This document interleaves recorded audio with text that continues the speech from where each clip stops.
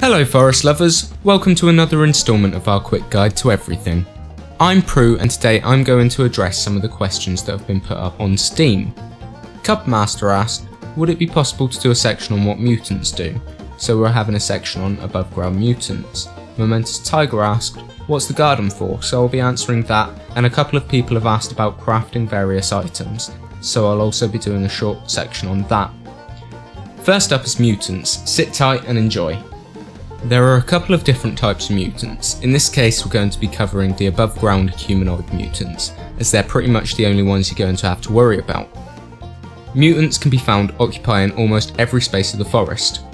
From their camps to their ritual sites, evidence of the mutants is rife and often extremely unpleasant. Seeing the trails they leave behind would make anyone anxious about their inevitable meeting with these creatures. There seems to be three main varieties of the above ground mutants. Those are leaders, males and females. The leaders can often be found at the head of a scout troop, carrying a light on their head. This can be advantageous to you at night as they can be seen from a long distance. It's very obvious when a mutant is near. The first sign is often a high-pitched scream echoing around the not too distant forest. I'm not sure if this is just the way mutants talk or if it's them specifically saying, "Look, there's another one of those soft things that come in the sky tubes, let's eat it." Either way, this is a good sign that things are about to go south and that you should make like a banana and split. When you get close enough to a mutant, the game will play some high-pitched noise meant to literally scare you out of your chair. This normally means that your mutant friend has stopped feeling so friendly and they're about to bash your head in. Behaviour of the mutants can often be puzzling.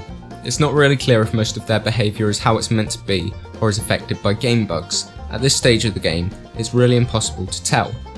Normally, after a group of mutants has spotted you, they will approach you with care and caution.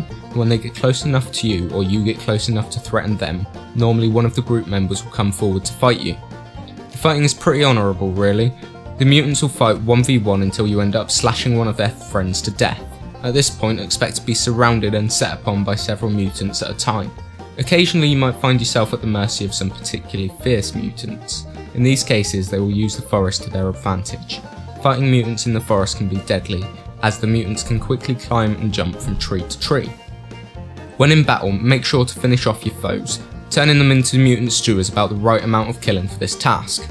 If you have to leave one of them rolling on the floor in agony, his friend might drag them away to safety before you get a chance to finish him off.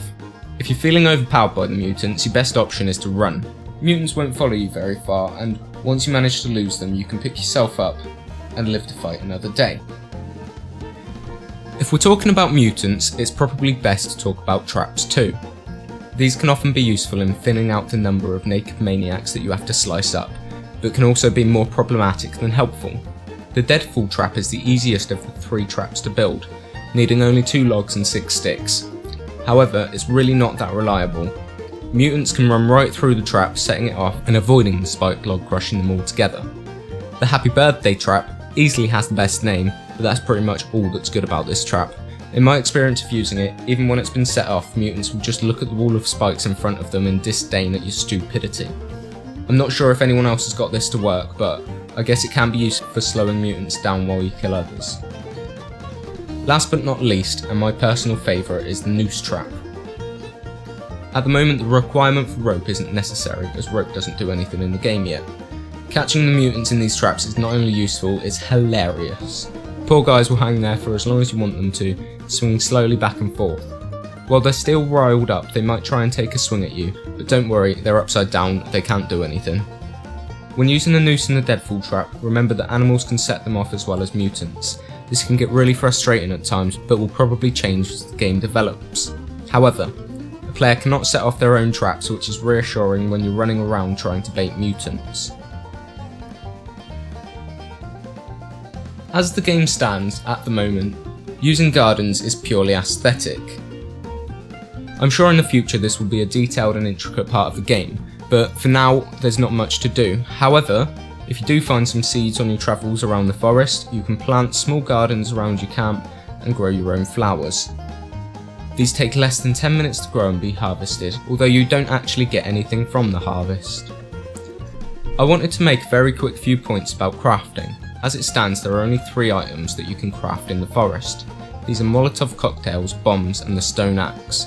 Molotov cocktails are possibly the most useful of the three as they're made from just booze and cloth.